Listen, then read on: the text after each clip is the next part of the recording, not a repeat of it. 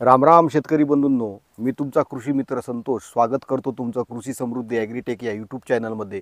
तर शेतकरी बंधूंनो, तुम्ही जर आमच्या चॅनलवर नवीन असाल तर आमच्या चॅनलला सर्वप्रथम लाईक करा, सबस्क्राईब करा, बेल आयकॉन दाबा, ज्यामुळं शेती उपयुक्त अशी नवनवीन माहिती तुमच्यापर्यंत पोहोचेल। शेतकरी बंधूंनो, आता सध्या स्थितीमध्ये डिसेंबर नोव्हेंबर या महिन्यामध्ये काही शेतकऱ्यांनी टरबूजाचं प्री प्लॅनिंग आपल्या शेतामध्ये केलेलं आहे। तर मार्केटचे सध्या स्थितीचे दर बघता सध्या स्थितीला मार्केटमध्ये साधारणतः 1500 रुपये क्विंटलपर्यंत आता सध्या रेट उपलब्ध आहेत। तर शेतकरी बंधूंनो, ह्याच गोष्टीचा विचार करून आपण थोडंसं मार्केटमध्ये सर्वांचे टरबूज खरबूज येण्याच्या पूर्वी थोडंसं प्री प्लॅनिंगमध्ये आपण जरा लागवड केली तर निश्चितच आपल्याला 4 ठिकाणी चांगलं अर्थकारण आपण शोधू शकतो। आपल्याला एकंदरीत एकरेज उत्पादनामध्ये चांगल्या पद्धतीने आपल्या भर पडू शकते।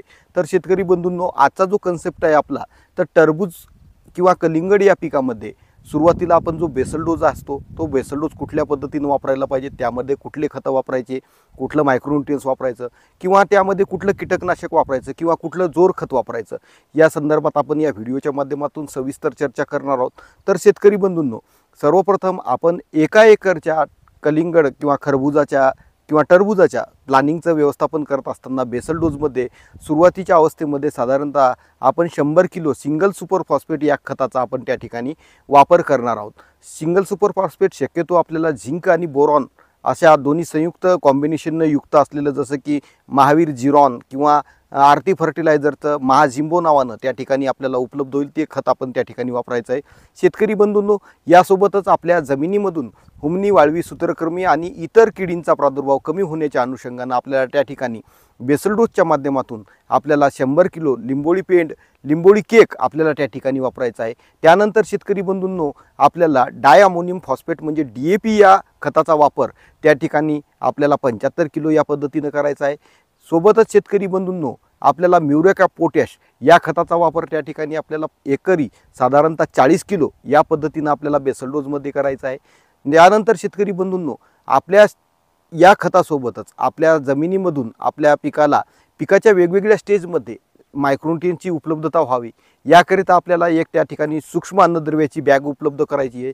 शेतकरी बंधूंनो, ही उपलब्ध करत असताना ग्रोटेक ॲग्री सायन्स या कंपनीचं जे 28 किलोमध्ये ग्रोन्यूट्रिका हे किट आहे त्याचा वापर आपण त्या ठिकाणी करायचा आहे। त्यामध्ये ferrous, zinc, magnesium, copper, molybdenum आणि त्यामध्ये असलेलं जे काही NPK कन्सोर्शिया याचा सुद्धा त्यामध्ये त्या किटमध्ये उपलब्धता आहे। सोबतच शेतकरी बंधूंनो, त्या ठिकाणी 4 किलो आपल्याला महत्त्वपूर्ण असा मायक्रोरायझा त्या ठिकाणी देण्यात आलेला आहे। एकंदरीत कलिंगड, खरबूज आणि टरबूज या सर्वांसाठी अत्यंत भाजीपालावर्गीय पिकांसाठी सुद्धा अत्यंत वेलवर्गीय पिकासाठी उपयुक्त असं किट आहे। याचं बेड प्रिपरेशन करत असताना आपण एकरी 28 किलोचं किट त्या ठिकाणी वापरायचं आहे। त्यानंतर शेतकरी बंधूंनो, महत्त्वपूर्ण रोल जो येतो की जमिनीमध्ये आपल्या काही सूक्ष्मजीवांची वाढ सुद्धा आपल्या टरबूज पिकाच्या होत असते।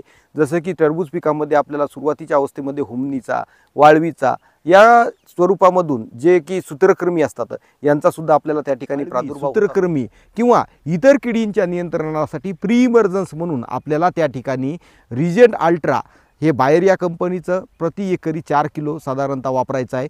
ते जर उपलब्ध नसेल तर शेतकरी बंधूंनो, सुमिल केमिकल या कंपनीचं ट्रायऑन ZFS, ज्यामध्ये रिजेंट अल्ट्रामध्ये असलेलं फिप्रोनिल 0.6% सल्फर आणि त्यामध्ये झिंक ऑक्साईड फॉर्म्युलेशनचं असं संयुक्त कॉम्बिनेशन आहे, ते सुद्धा त्या ठिकाणी तुम्ही त्यामध्ये वापरू शकता।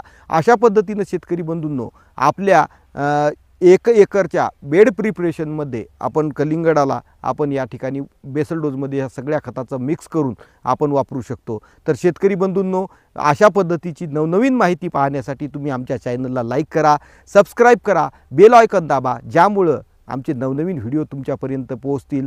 तर जय जवान, जय किसान, धन्यवाद।